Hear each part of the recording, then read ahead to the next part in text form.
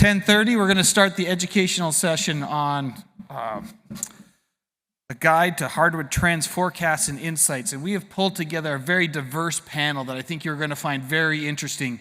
I know a few people are going to be coming in from outside. There's a line for the coffee that's about a mile long and not enough decaf. Oh, wait a minute.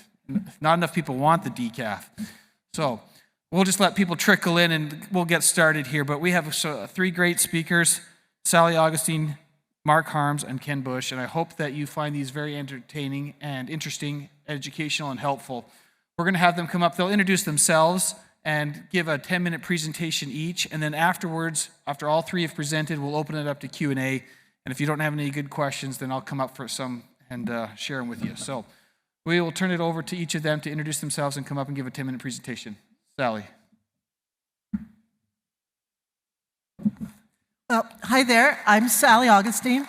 Wow, I don't usually get applause up front. Hey, you know, now I'm spoiled. I'm gonna have to build in applause breaks into my comments, right? Like at the Oscars and things like that. But anyway, I wanted to reinforce the idea that I do have probably a slightly different perspective or orientation than the other people that you'll be hearing from today, because what I do is I actually talk to people in the design world about applying neuroscience. So I'll talk to people about like what color walls should be, what textures people should feel under their feet, etc. And an important part of this is materials and their design. The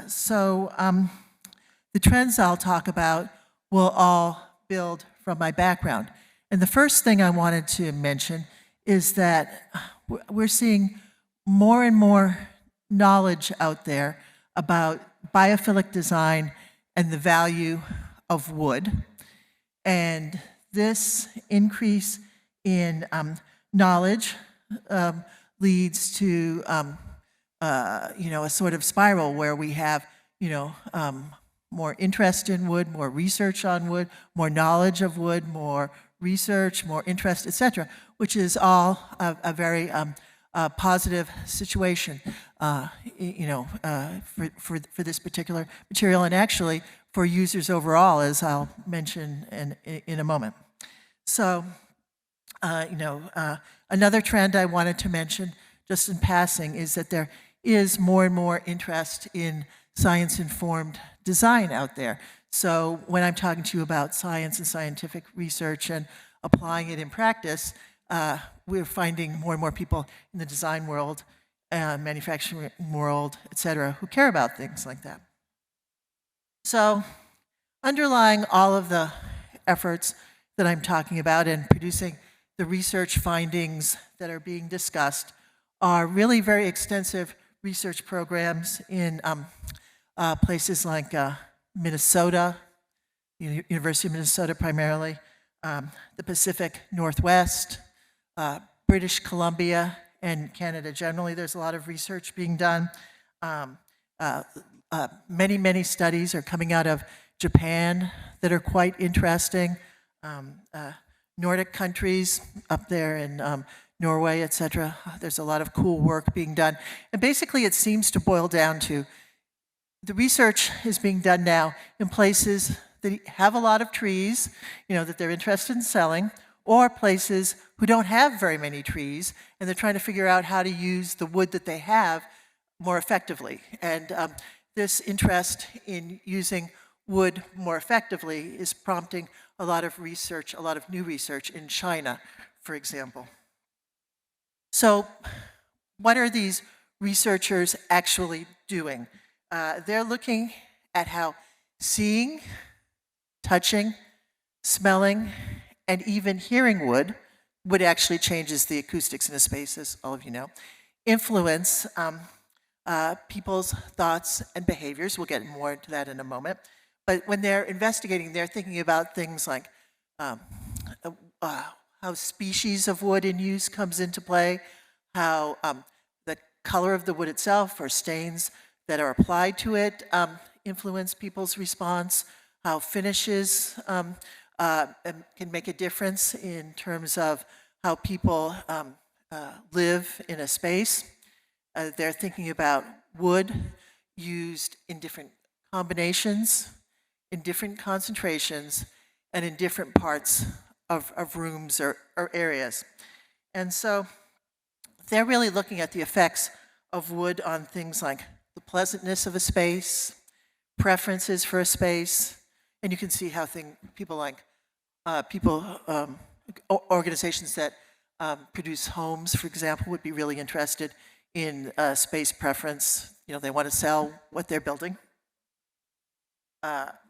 People are also researching how wood can affect things like well-being, how stressed people feel, how mentally refreshed, how tired people are in a space, or the two big money research areas right now are how wood, you know, seeing, hearing, smelling, touching wood can influence healing and health, because you know, that leads to healthcare applications, which are always a challenge because we have to think about disease and related issues.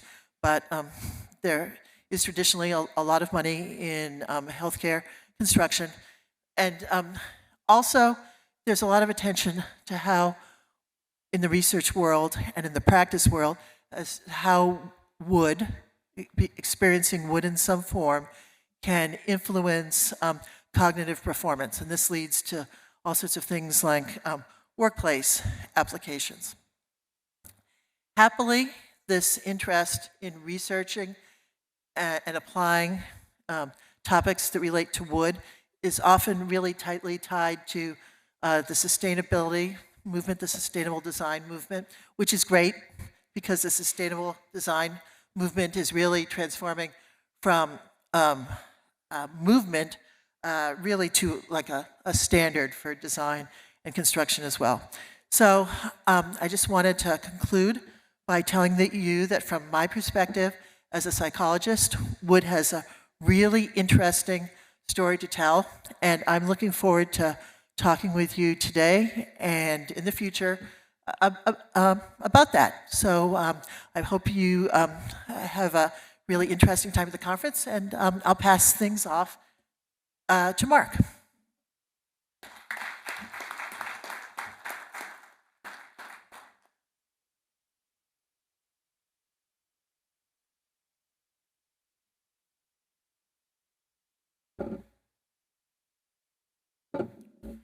Thank you, Sally. Good morning, everyone. I'm Mark Harms. I'm with the Sherwin-Williams Company and really honored to be here at this convention, actually my first time with the Hardwood Annual Convention.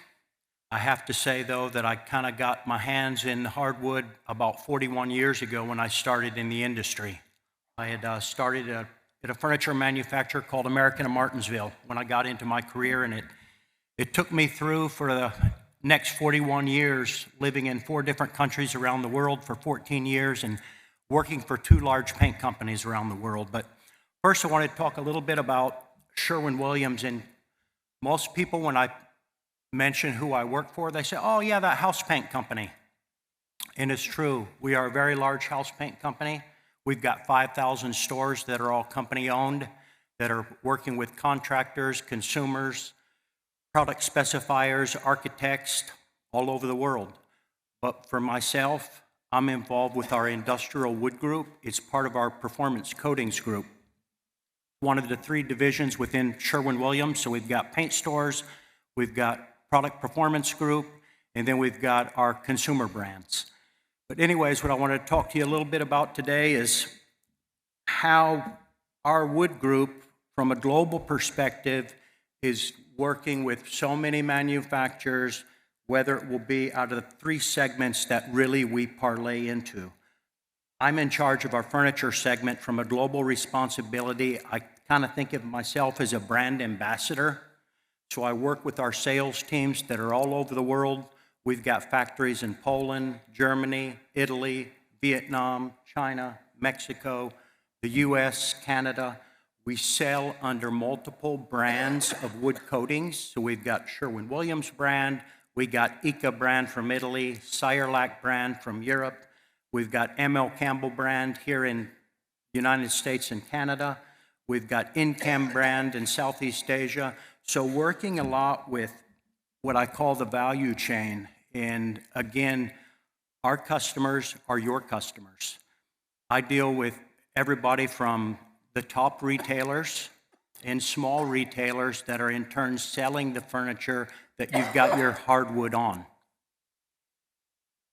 So chasing the designer, chasing the retailer, chasing the branded manufacturer.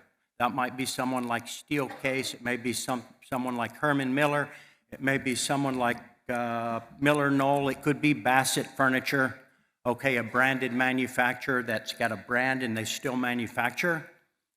And then the retailers, working with retailers like Restoration Hardware, working with retailers such as Haverty's down out of Atlanta, Rooms to Go out of Atlanta. Those retail groups will come into our color and design centers, whether they're in the United States or in Asia Pacific, and actually they will fly in hardwood that came to the US, ended up at one of their vendors, which is then the non-branded manufacturer that we sell to and that you sell to. That could be in Mexico, Vietnam, Indonesia, wherever you may be. Then is also part of that is designers and architects. I live in Greensboro, North Carolina. It's right outside of High Point where we have a biannual furniture show. There's a lot of designers in the area. There's a lot of product development people that work for companies that are in that area. So it's a fashion-driven industry. And so the part that Sherwin-Williams plays into that is the makeup for that hardwood.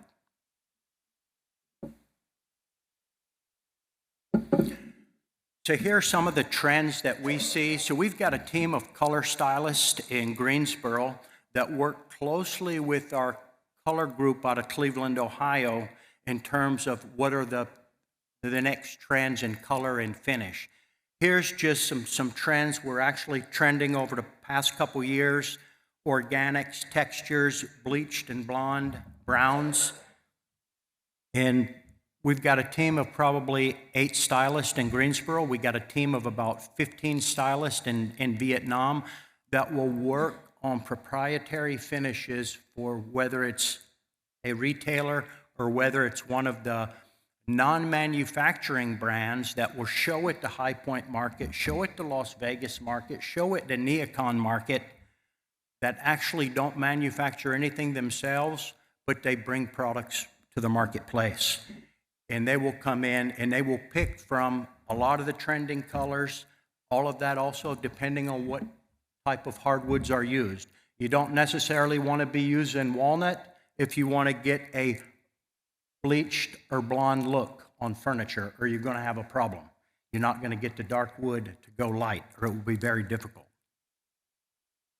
As we move over into the organic design, today's consumer seeks to create a calming edge in their home, a place where they can escape the commotion of everyday life. We've seen a shift in simpler, more organic home design that reflects elements of nature, evoking the calms and serenity.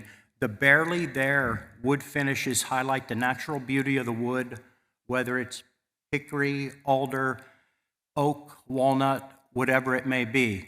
And what I mean about these barely there finishes that are today, you can go around to some retailers and you're looking at the piece of furniture, it's almost like there's no coating on there at all, okay? Which is bad for the coatings industry because we're putting less coats of sealer and lacquer on there to get that very low build. There's also some things that it adds. It also reduces the finish durability.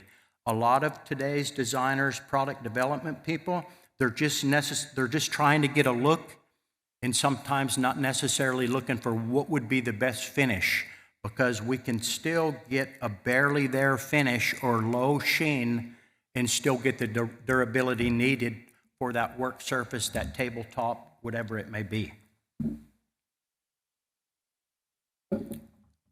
Beige, taupe, and warm grays were on the rise. These are some products that were shown April market in High Point. Some various manufacturers such as like Bernhardt Furniture, Hooker Furniture, some companies still around and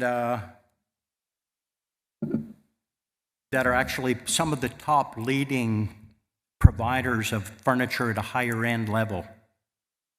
And then the various colors that you see down below. Highlighting the grain.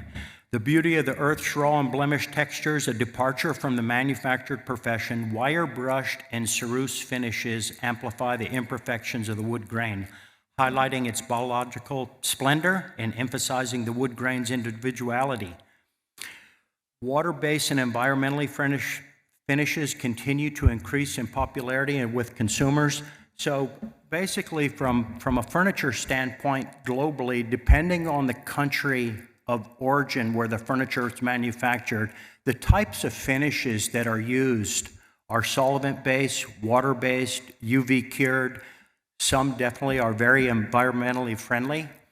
We supply a large company, IKEA, globally, and IKEA is on the forefront of sustainability. They're on the forefront of an environmentally friendly finish.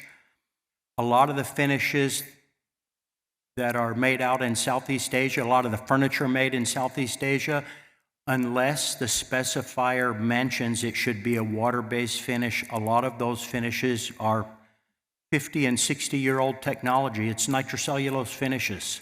You know, I mean, it's got great look, it's got great clarity to it, but in terms of the product itself, it's not that durable. It's got a great look to it, and for the most part, they're not environmentally friendly. Now, we, of course, offer water-based finishes that can give the same look and actually better durability and features than a nitrocellulose finish. But again, depending on that factory, if that factory's finishing line is set up to run solvent-based finishes, you just can't go and plug and play a water-based finish because you need different elements for the drying of the coatings and various other aspects of running that in a effective way down the production line. Matte finishes. This here has really been a trend the last couple of years where besides being barely there, if you've got a painted finish, it's just like a 3 gloss. And usually when we talk about gloss on a sheen meter, we go from 3 to 90, 90 being full gloss and dead matte being 3 sheen. A lot of the sheens for the industry and for the look, whether it's kitchen cabinets, whether it's furniture, are down at a dead matte finish.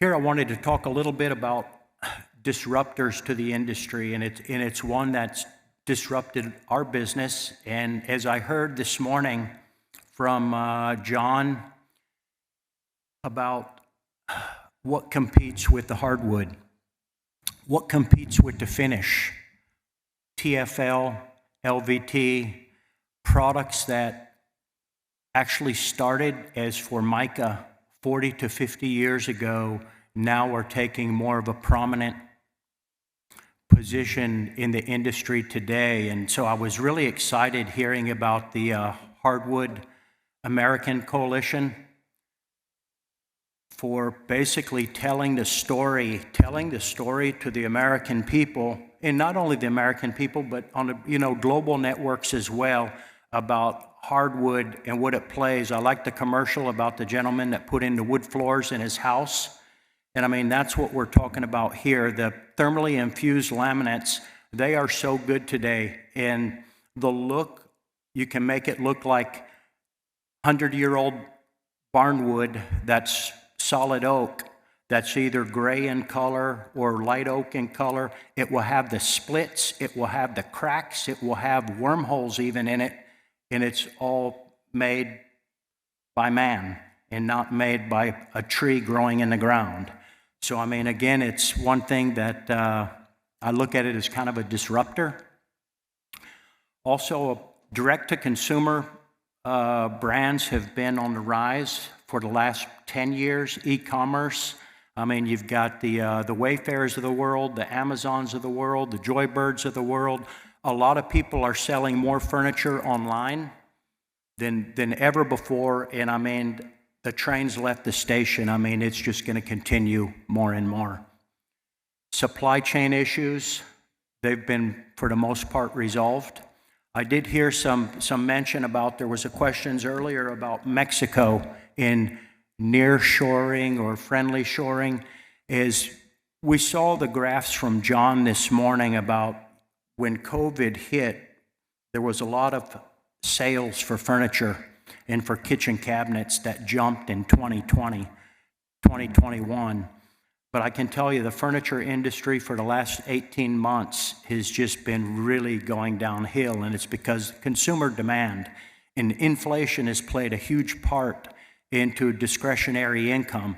So I mean, as supply chains have sought out from container prices that were $20,000, got as high as $20,000 for a container of furniture coming into the U.S. That container price is back down to $3,500. So that advantage that Mexico had for making a lot of furniture to compete with Vietnam and Indonesia, that advantage they had now, it's gone. It's kind of back to pre-COVID status. And a lot of the people that I talk to in the industry, they're back on the planes, they're flying back to Southeast Asia, and they're putting in new product there. Again, a lot of these brands, I see the hickory, I see the oak, I see the alder, I see the maple from all of you out there. So I'd say keep up the work, and how I think we can help with that is working with the National Hardwood Lumber Association and having all of these American hardwoods at our design centers. So when the product development people come into our design centers, we can help America be great again. So I'll leave it at that, and Ken, please, you're up.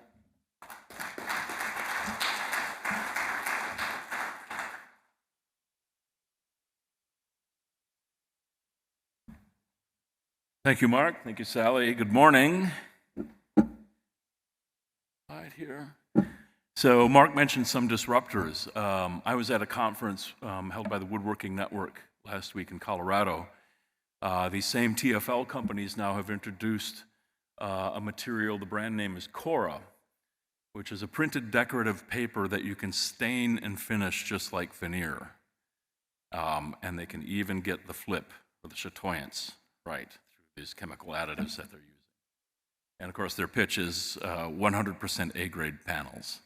So, has anybody heard of this stuff yet? Yeah. Another person on the panel I was on was a large architectural millwork firm, and they were very excited about this idea. So, but not all hope is lost. So, my name is Kenn Busch. I already outraced myself here. Yeah, going beyond sustainability. We heard a little bit about messaging and storytelling. I love the Real American Hardwood campaign, and I love that the first thing you read is our industry has a story to tell. It really is all about storytelling, whether you're dealing with architects and designers, or consumers, or mass market retailers. We as an industry need to do a lot better job of packaging that story so it's not just us sharing it to our next level in the value chain, but creating a story that resonates all the way down through the ultimate decision maker when somebody is specifying the headquarters for Google, or somebody's at the retail store buying an entertainment center. So my whole gig is I'm a journalist. I've been in this industry since 1990, starting in the woodworking and furniture world, and then migrating into the interior design and architecture world, creating stories, plant tours, exhibition coverage, that sort of a thing. About 20 years ago, I started getting hired to do CEUs for architects and designers on materials from the wood industry. Does everybody know anybody know what a CEU is? So every year, architects and interior designers need to rack up so many hours worth of continuing education credit in order to keep their professional accreditation current. So they are required to spend an hour here and there learning about some sort of new aspect of their profession. And my niche in this world is creating these CEUs on materials, specifically on wood-based products. If you have ever tried to call on an architecture firm or an interior design firm, knocking doors and asking, hey, can I tell you about what it is we are, what it is we sell, what we'd like you to start using in your projects, they will often say, do you have a CEU credit to offer? And more now, if you don't have a credit to offer to their design teams, you can call back maybe next year. They won't let you in the door. So a CEU, this level of education, and it's peer reviewed, they're certified, they're generic, right? There's nothing, you can't go in there and do a sales pitch, but they're becoming a barrier to entry in your efforts to try and connect with the design community. I did create, for 10 years, we ran a materials pavilion at NeoCon, the big commercial interiors fair in Chicago every summer. Basically a 2,000 square foot petting zoo of all these different materials. It became the most trafficked booth at the fair over those years. And it was really informative to me to watch how designers and architects come and interact with materials they are not really that familiar with. I learned a lot by hosting those conversations, and I built a lot of my educational content off of what I learned in that experience. And based on these experiences, I've launched a website now 15 years ago called materialintelligence.com. It's growing. It's all about sort of the most generic way you can talk about these materials in terms that young designers and design students can understand. So what is it? Why do we use it? Where do we use it? What's the environmental impact? What are the design parameters? I've also been working with a lot of associations on packaging this educational content for their membership. As we all know, associations always have to deliver value. The NHLA is an amazing organization. I'm so impressed with what's gone on so far today. But this continuing education is something that's not only important for their direct members, but it's something to prep for the members to share with their downstream customers as well. So I'm working with the hospitality designers right now. I got a presentation tomorrow with the Retail Design Institute, and working with the American Society of Interior Designers on developing some content. It's a never-ending need because their members need ongoing education. So it's not like you can reach out to them once and then they can check that box and never have to come back. They're always needing further career development. And a lot of the way I develop my messaging is paying attention to what the younger generations are responding to, how they're talking to each other. This was a really interesting article on sustainability I found a few years ago, why I don't like the word sustainability. Clara Fang is an environmental management graduate from Yale. She's also a published writer. She talks about sustainability as being just the baseline. She says, in nature, sustainability is not a healthy state of things. A healthy ecosystem is vibrant, thriving, dynamic, and creative. A healthy ecosystem is resilient, an environment where all living things thrive. Human societies are the same way. A society that merely sustains itself is in trouble. It is on the verge of collapsing. And if you think about it, she's right. It's sustaining is just sort of moving along, right? How many companies just basically sustain their bottom line quarter to quarter? The idea is to grow and to thrive. And so her point is we have to start talking and thinking about going beyond sustainability. John Stroessner, up until last month, was the Chief Sustainability Officer for the American Society of Interior Designers. I had him on a panel at the AWFS show in July, and I told him to be provocative, but I wasn't quite really expecting this. Designers are now starting to think a lot about the materials, what they put in their spaces. The problem is that wood is not in their vernacular right now. And he made the point, if you tell a design team to go find the most sustainable product they can find, wood does not rise to the top of the list. It's not even second or third. They're going to spend hours and hours and hours trying to find a way to find something that's more sustainable than wood. So Anna Rothman is actually a trained architect. She is now the VP of estimating for a firm called Montbleu & Associates. Anybody know those guys? They did the Wynn Hotel. They do Google HQ, they did Facebook's HQ. They're working on some new projects in Las Vegas right now. They got offices in Las Vegas and San Diego and a factory just across the border in Mexico. She shared some amazing stories with me, including a design team that sent her a Wilson Art laminate chip of wood grain and asked her to match that. So they went out, found the species of wood. I think it was oak, and they played with finishes to match the color, and then showed these full panels to the design team, and the designers lost their minds because there was so much character. They were not expecting so much variation in the design and the character of a finished panel that they panicked. They hated it because they really didn't know what wood is. So what they ended up specifying was an engineered veneer, the LP or the taboo type products, which are re-engineered, very linear, defect-free, but it's a re-engineered product. So that's after dozens and dozens of hours of screaming at each other and threatening lawsuits on the job site. This happened on the job site. So they had to re-engineer this and try and figure out how to make this work by the time the building opened. Another thing she shared with me is that they had a design team. This is a restaurant that's not even open yet in Las Vegas. I think it's called the Durango.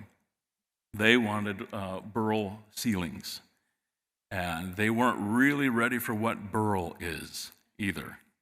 They just didn't know, these design teams. So, and apparently the dynamic in this world is architectural firm comes up with a plan, throws it at the architectural millworker, they cost it out, they lay up samples, and then they go to the general contractor, and the general contractor goes, what the hell, what do you mean this is $300 a square foot? Or what do you mean I can't get it until 2025? Right? And this burl project, she was saying they had to buy 14,000 square feet of wood, of burl veneer, in order to get 4,000 square feet that the design team would accept. So again, this is an issue where we are not, as an industry, properly educating the designers about what to expect. They all think they know wood, and they don't. So, and there's also a lot of misinformation about wood in the media. Being a journalist, being kind of a news junkie, I track this stuff all the time. I saw an article in the New Yorker this spring that said basically any harvesting of wood for furniture is deforestation. I mean, for the record, deforestation is when you mow down a forest and put up a mall, or mow down a rainforest and start agricultural grazing. Another article I read basically said, trees, yeah, they store carbon as they grow, they capture and store carbon, but as soon as you cut them down, they release that carbon back into the atmosphere. And we've all seen this happen, right? You cut down a tree, and it shoots across the forest floor like a deflating balloon, releasing all its carbon. Sorry. And then all forests could be old growth if we would just leave them alone, right?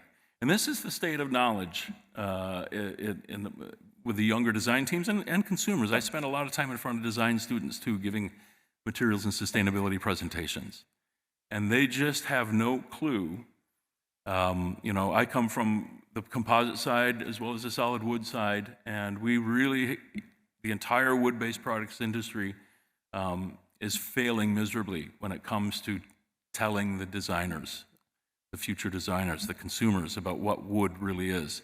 That's why I loved when I heard earlier we're talking about connecting with children's. I mean, coloring books, right? The way we got to start this story is from the very, very beginning, before all this other information hits them, because creating these educational content packages for companies to deliver to architects and designers, I've been able to study how commercial carpet tile, 93% petroleum-based products, has a better sustainability reputation in the professional A&D world, better reputation than we do. Last thing I keep reading, all forest fires are bad and need to be extinguished. I've been studying a lot. I live in Madison, Wisconsin. We got a lot of the smoke from the Canadian wildfires. And I've been talking to foresters and companies that I know in Canada, reading everything I can. One of the most important things I think I've picked up is that, yeah, forestry management, it's perfect, but it's still the state of the art for forestry management in a lot of areas is 1980. What worked in 1980 no longer works because of the changes in the temperature patterns and in the dryness of certain areas. So we've got a lot to combat. I was playing with the idea. I don't know if Eric is still here, but we need a political war room to respond, like they do in political campaigns, to respond to this kind of information in real time. I've been working to reach out to journalists at NPR, at the Wall Street Journal, at Time Magazine. People that I see are publishing blatantly misinforming articles about the wood industry. So I don't need to tell you guys these facts, right? We've got more forests than we did 100 years ago, than 160 years ago. Somebody mentioned to me last night, and I've learned this from some of my interviews, our problem with harvesting wood fiber is that we don't have enough people out in the world working it, and our forests are starting to get a little too thick. So I'm working on an article right now about forestry for an interior design magazine. If anybody is a timber buyer and can tell me about that process here, please connect with me. I'm dying to get this put together for a series of articles in a commercial interiors magazine about the reality of wood. I don't know if you guys know this, but buildings in the construction industry are the single largest contributor of CO2 gases every year. 39%, so that's almost as much as China and the US combined. Now, they thought for a long time that was the building envelope and the operations of the building, but in commercial buildings especially, and I'm talking to retail designers tomorrow about this, the amount of times we change over the interiors of these buildings, they're estimating now that the carbon impact of these of the interiors is greater than the building envelope. Wood stores more than its own share of carbon. Wood is 50% naturally captured carbon by dry weight, 50%. And as I think Ted was saying earlier, we build our raw material using nothing but sunlight and water and photosynthesis. It builds itself. That carbon stays stored in that material, in that wood, until it decomposes or burns. For any of those who thought that trees release their carbon as soon as they're cut down, no, right? So that could be hundreds of years. And even in landfills, that carbon stays sequestered. It's kept out of the carbon cycle. So this is the kind of story we need to actually really be investing in. Now, I base all of my work on carbon. Does anybody know the company OFS Brands? I was talking to somebody about those guys last night. Big office furniture manufacturer, healthcare. They asked me to do one of these CEU programs on nothing but carbon. We launched it 3 weeks ago, and I thought that was maybe a little bit abstract. Don't we need to talk about your furniture at some point? And they said, no, we want to be in front of the designers as sort of an educator on carbon. But carbon is the only way we have to measure environmental impact. There's everything else greenwashing to one degree or another. But we can measure carbon, we can weigh carbon, we can track carbon. And anytime the conversation is carbon, wood wins. The relative, let's see, I wonder if I even have this on a slide. Yeah, the relative, the way the industry measures carbon footprint is taking a cubic meter of a material and then calculating the amount of carbon in it. Carbon footprint, all the carbon outputs that were used in creating that material. So aluminum has a carbon footprint, an average of 18,000 kilograms per cubic meter. This gets into a little bit of science, but that's actually more than that weighs. But carbon, right, combines with oxygen, so we're measuring CO2. Carbon footprint is all about CO2. CO2 is 3.67 times heavier than just a carbon atom. So I realize this gets abstract. So 18,000 kilograms carbon footprint of aluminum. The carbon footprint of the same volume of wood is negative 785 kilograms. That's because wood is storing more carbon than is released and harvesting it, converting into a furniture product, and whatever downstream steps that take place, as it's installed. 785 kilograms, which is carbon negative. carbon negative is a terrible term for the consumer to understand. I asked my sister, hey, would you purposely buy something that's carbon negative? Carbon's bad. Well, it's not. Carbon's just a fact. And negative is worse, so carbon negative, that's got to be terrible, right? So it's very confusing. I was trying to find a better way to say this for an educational project I was working on for one of the big board companies. And I found the term climate positive. IKEA had started using it in about 2018. Means about the same thing, but it takes the conversation beyond just carbon at that point, which means for our industry, if we start using something like climate positive, we can talk about our forestry, right? We can talk about the efficiencies of manufacturing. We can talk about all the other good things we bring to the world. Plus carbon, we went on carbon. So yeah, this is IKEA's website, how they're becoming climate positive. Climate positive means pulling more carbon out of the atmosphere than you release in any product or process. And so as a company, corporate carbon, you know, they're installing solar panels on their retail stores. They're even changing where they get their meatballs. I interviewed these guys about this.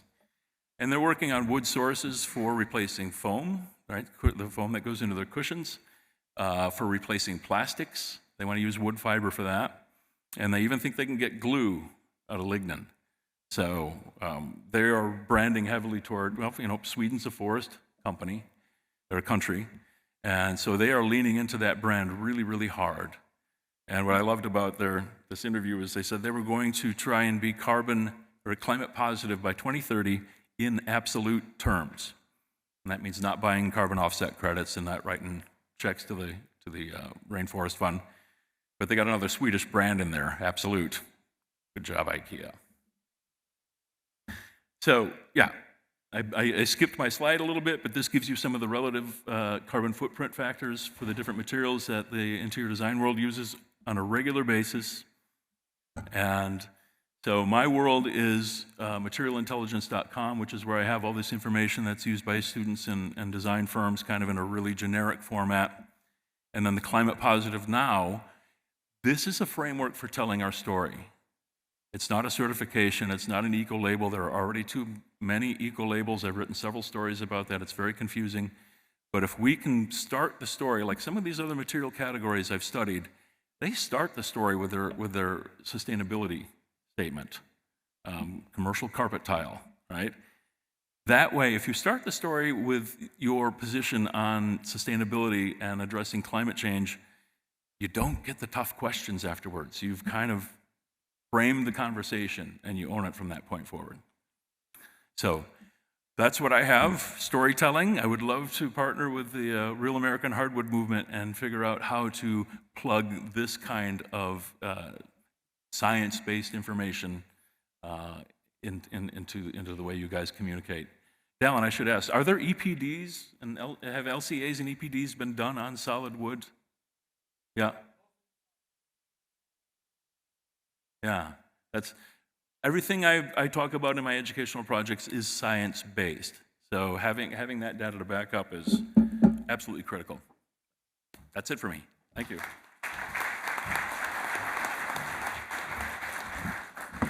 Thank you. That was very informative from science-informed design coming from Sally, organic design, and we now have to come up with some super sustainability exponential statement. Climate positive. So, and the fact that designers do not properly understand how to use wood, right? Or what wood really looks like beyond a small sample. So we're going to open up the floor to questions, but just as we come up to the microphone here, we have a mic here for them to pass along to each other so you can ask any one of the three a question if you have it. So please feel free to come up while you're doing that. I'll ask a few questions just to sort of get the ball rolling because I think it's important that was discussed here. You know, as Sally talked about science-informed design, and then Mark talks about the trends. So, Mark, answer this question. Is there science behind those trends, or is that just some person in a back room coming up with, hey, we like brown and gray? What was that again? You talked about brown and gray? Is there science behind the color trends Science, of yep. brown, gray, blondes?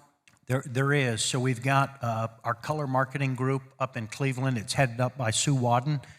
Actually, she will be in High Point, North Carolina next week, and they will be previewing the 2024 color mix presentation about the trends the new color trends and the science behind those trends. So I leave it to our color experts in Cleveland that really work on a science behind the color, the textures, the curating of the four groups that they kind of put the colors into.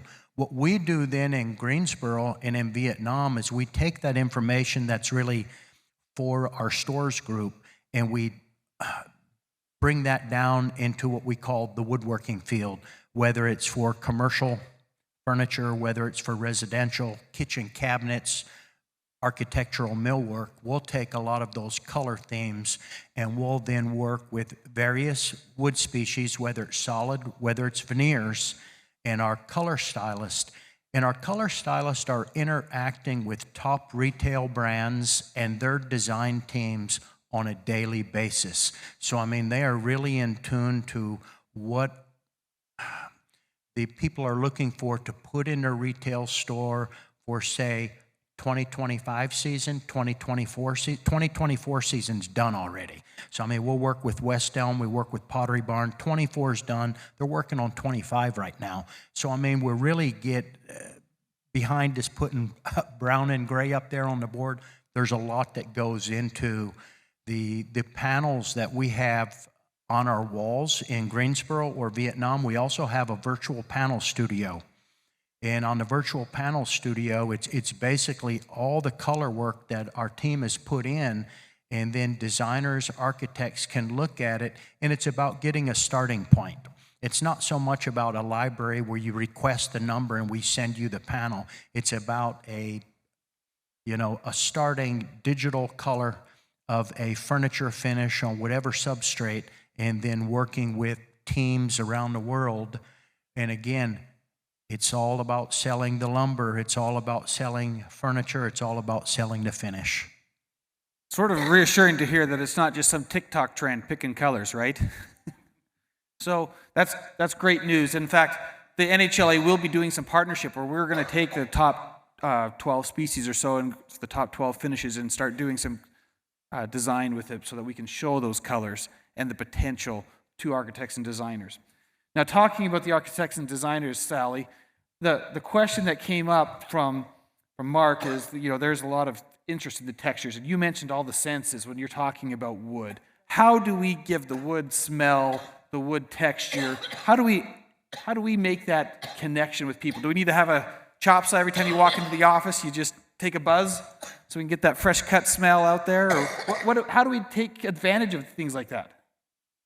Well, by educating the design population, you get the word out about those various effects.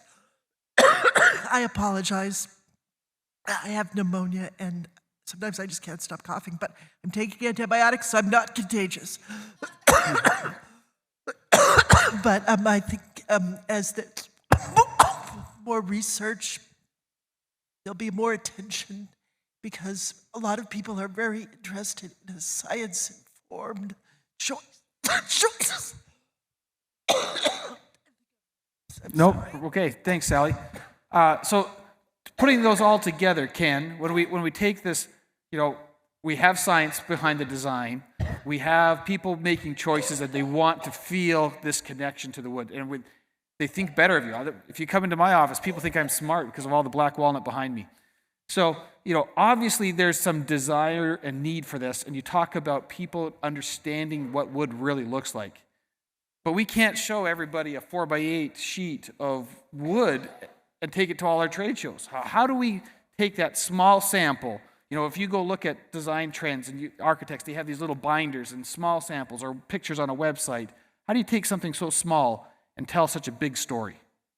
One thing I've always sort of advocated for is no matter what material we supply to the A&D community, we need to think about it in the same terms that they specify it, right? So instead of talking about just the ingredients that go into a finished furniture component or a finished piece of furniture, talk about it in the terms that they will actually see it when it's installed. So even if you send them a small sample, have a QR code on the back, let them click it, and show them what a full sheet of the material looks like, right? Young designers are very online savvy. Chances are they're going to be looking at a full sheet, a 4x8 sheet on a phone, but at least they'll see what the overall character of the panel is. But to the point of textures you asked, right? I've been doing a lot of work in the multifamily and the hospitality world right now. And these super matte textures, the matte textures that Mark was talking about, also referred to in some circles as anti-fingerprint, which is a nanotechnology finish. And I got to tell you, the hospitality industry loves this because it cuts down on all of the cleaning and all of the labor, all the teams they have to send out to rub down a hotel room or rub down a conference room or clean the bathroom, right? These anti-fingerprint textures, if there's a way to create that finish on a real wood material, is going to be a big selling point because they're already talking about it. They know what it is. The people out there selling those textures have branded it. So really, it's just about connecting with the designers again and again and again, right? We can't go in, I had somebody say, well, we already tried to connect with the designers in 1984. Like, remember that ad for the Ford F-150 that they ran in '73? That really worked, right? So this is really about opening channels with these communities and keeping in front of them and trying to learn as much from them as we are trying to teach them, because it's always a moving target. Thanks. Are there any questions from the audience? Anybody want to step forward to the mic? So you had your own acronym, and I inferred that it was an environmental product data sheet or something like that, but I'm not completely familiar with that acronym. Can you tell me exactly what that is and who the third-party overseer is, and how do you get the right facts, and a little bit more elaboration on that? Sure. So EPD, Environmental Product Declaration. There's also an HPD, Health Product Declaration, which is, in our world, that means environmental air quality issues. They're both based on life cycle analyses or life cycle assessments, LCAs, add to the alphabet soup here. LCAs are basically conducted by firms like Deloitte, right? It's an accounting regimen. They look at your raw materials, they look at your transportation, they look at your processing, they look at the impact of your operations, they look at how you package, how you ship, and how your customers end up using it. So it starts with an LCA, and you can Google, there are many firms out there that do this.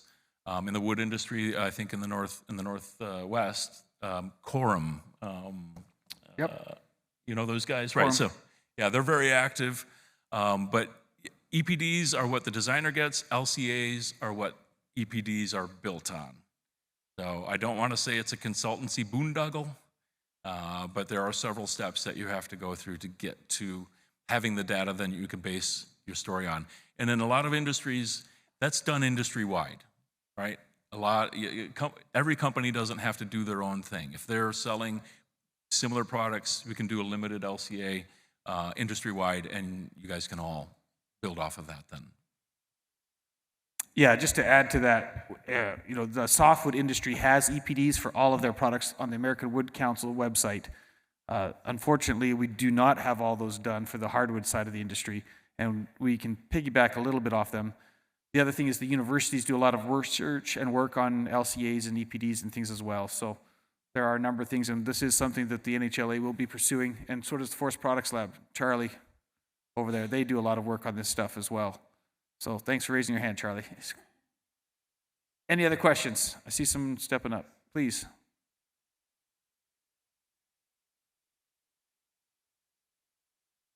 Dallin, I was under the impression quite a while ago that Mike Snow was involved heavily in the LCA stuff with the AHEC. Is that information available? I mean, is that something we could build off of? Yes. Do you know what I'm talking about? Yes, actually, you're right. Mike has done some LCA stuff. And the big issue is the fact that for some of these big design contracts, you're required to have the EPDs for the material. So government contracts and other things require them, so you have to have them. But yes, Mike Snow has done some LCA work. I don't know of any EPDs, but I think he's done LCA. So we have some of the foundation stuff to pull from. Where is he? Oh, Mike's in the room? There he is. Yeah, Mike. Sorry, I can't see anything from up here. It's the rights are... Yep, we had done, several years ago, we had done full life cycle assessments for the hardwood lumber. There are different programs for EPDs, and they tend to be regional, so what's required in Europe is not necessarily the same as what's required in the US. Our issue with doing EPDs in the US is that because of our government funding, which is export promotion only, we are in the middle right now of renewing the LCA information and working on EPDs that are going to be compliant in Europe. Whether that's going to be directly relevant back here in the US, I don't know, but we are limited on what we can do domestically here in the United States. But all of the life cycle analysis information is available on our website, americanhardwood.org. So we do have the full life cycle, and in fact, that information right now, we're in the midst of having it renewed because it's been about 10 years since the original study was done. Thanks, Mike. And the NHLA will help get any of the US EPD stuff done when we need to. I'm interested in getting your thoughts on, since the great financial crisis, interest rates have fallen, and now we're seeing a reverse of that trend, but something that came out of that was house flipping. And basically, I'm from northwestern Pennsylvania. The model was to flip a house as fast as possible, put in what the most trendy design was, and that basically was the gray vinyl floors. And then the entire home was built around a vinyl floor that was designed to hide dirt, because it was a situation where to match that, you went with the whitewash cabinets, you went with the grays, and given that now we're not seeing much home flipping because interest rates are higher, do you think maybe that trend is behind us? Mark? So the short answer, the short question is, house flipping is going to slow down because the interest rates are high. Will that change some of the design trends, especially for substitute products?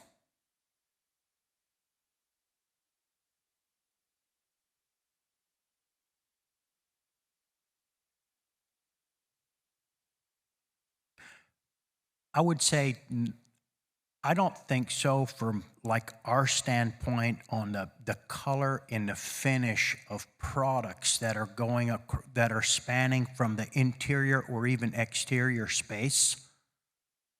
You know, tell me a little bit more about that question. I want to make sure that I... Just the fact that we're seeing so many like quick, easy, trendy appearance things that, you know, hide the dirt or make it look like it's, you know, that's the whole graze, isn't it? Hide the dirt. I mean, are those trends going to disappear when house flipping becomes less and less popular? I think from the house flipping, I mean that when I look at the colors that they're putting inside the homes, right? You know, another thing that's happening a lot is the amount of used furniture that's being sold on eBay is also, when we take a look at the last, say, 6 years of hardwood lumber volumes dropping, and if we look back from 20 years ago, the amount of hardwood lumber has kind of moved this way. There's also something in there about eBay coming along and selling a lot of used furniture that has been restored that is, you know, in change of a place of people going buying new furniture. So I mean, for the house flipping and in the colors, I think the trends will continue to move on quite a bit. Anything, Sally, to add? Yeah, I was just going to add, from my perspective as a psychologist, I look at that gray laminate stuff that's everywhere. You know, every apartment that gets photographed in New York has it on the floor, et cetera. And as from a psychological perspective, I see that as terrible, because all of the attributes of wood that help it, that I know of, that help it reduce stress, you know, create a haven in people's homes, all that, which is what people need, is missing from that gray laminate. So I hope that over time, not only will there be educational efforts that will share with people who are building or buying homes the advantages of using not that gray laminate, but you know, we will get the word out, and people will also see, like, I feel really good at my sister Sandy's house. But I feel awful in my house with this gray laminate. So eventually there might also be a sort of word of mouth based movement initially that might build so that people are more certain to use the materials that will help them live the lives that they want to live. Okay, last question for all three of you. I'd like you all three to answer this question, and then we'll end there. And if you want to come up and ask some questions afterwards, feel free to. But here's my last question. Will appearance grade hardwood in applications ever become the major building material again? Are we going to see people embrace wood in appearance applications and become the major? Can we retake the market that we've lost? I think there's information that's going to be available that could help with that effort, but I'm not familiar enough with market forces to be able to directly answer your question.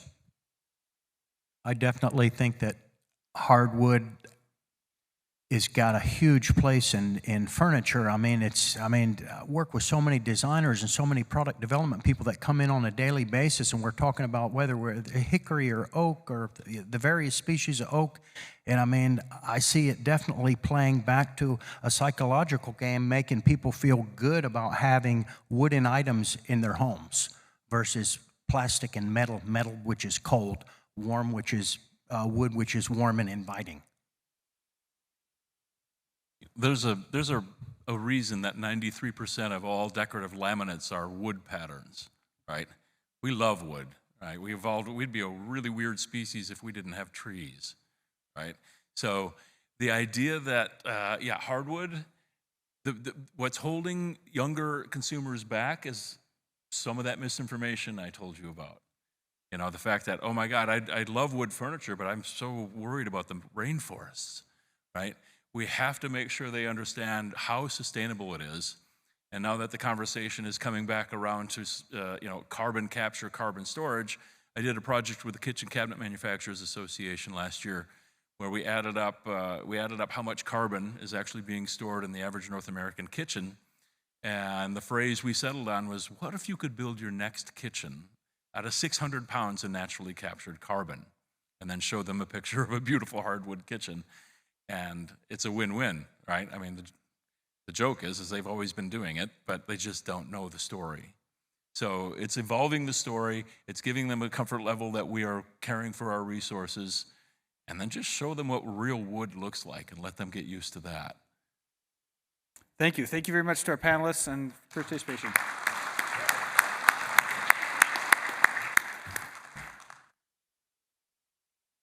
We'll be back for the next educational session here at 3 o'clock. No, 1:30.